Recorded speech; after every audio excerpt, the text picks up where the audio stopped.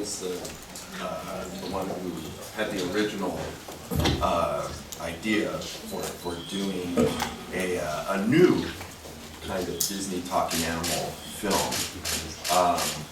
And what we wanted to do was bring to make it both timeless, so it embraced all the appeal and the design of those classic Disney films like Robin Hood and Jungle Book and even Lion King, you know, that everyone knows, you know, but bring it up to date, to do it in CGI, to do it in computer animation, unlike it's ever been done before, you know. So we wanted to make the film a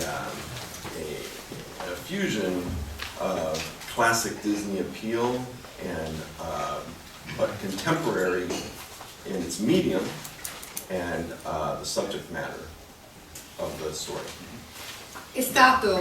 In realtà è stato Byron colui che ha avuto l'idea originale che era stata quella proprio di prendere quello che era la tradizione Disney e rifarla però con un film di animali parlanti, ma che fosse un film contemporaneo, perché noi volevamo realizzare qualcosa che fosse al contempo senza tempo e che però contenesse tutti quegli elementi essenziali e fondamentali, il gusto, l'interesse, l'appeal dei classici Disney, con il design, con le cose tipiche tradizionali della tradizione Disney, che ci potessero appunto ricordare film tipo Robin Hood, il libro della giungla, ma anche il Re Leone, tutti i film che sono noti e conosciuti a tutti quanti, però poi trasporli e metterli in quello che è un momento moderno, contemporaneo. E quindi possiamo dire che questo film è un po' la fusione del classico con l'appeal classico di Disney, ma con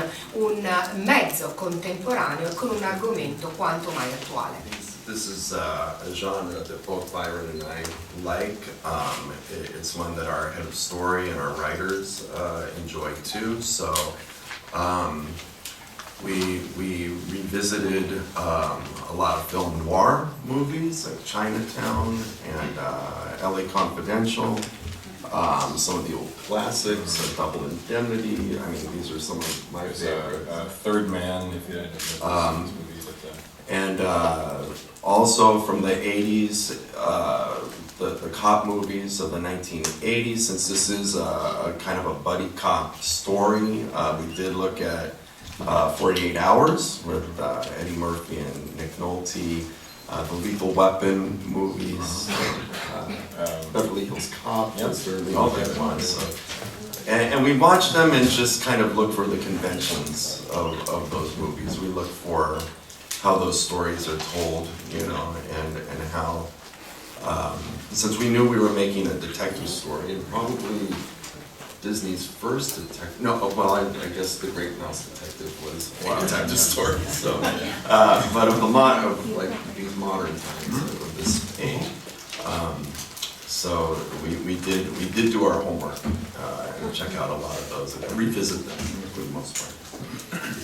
Certo, in effetti sì, sia Byron che io amiamo molto i film polizieschi. Tra l'altro anche il nostro capo, il responsabile delle storie, gli altri sceneggiatori. Abbiamo un po' riesaminato molti di quelli che erano i film noir, i classici, la Chinatown, LA Confidential, abbiamo rivisto per esempio Il Terzo Uomo, Double Indemnity, tutta una serie di film, e anche i film, i polizieschi, diciamo, degli anni '80, quelli dove c'è la coppia di poliziotti. Abbiamo rivisto Arma Letale, 48 ore con Eddie Murphy e Nick Nolte, Beverly Hills Cop.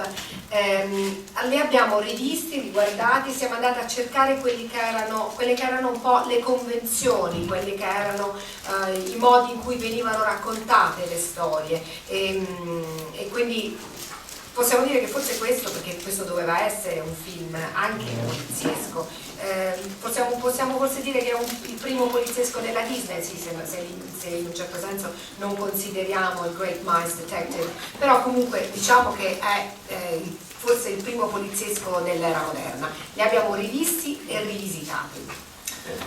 We wanted to add something. We were right about Bruna. We were right about Bruna. Yes, It's great. but one other thing too, that our head of story, he's the man that's in charge of all the storyboard artists on the movie. His name is Jim Reardon, and he reminded us that this film would probably be the first detective story that a lot of children would ever see. You know, it would be their introduction to this kind of film.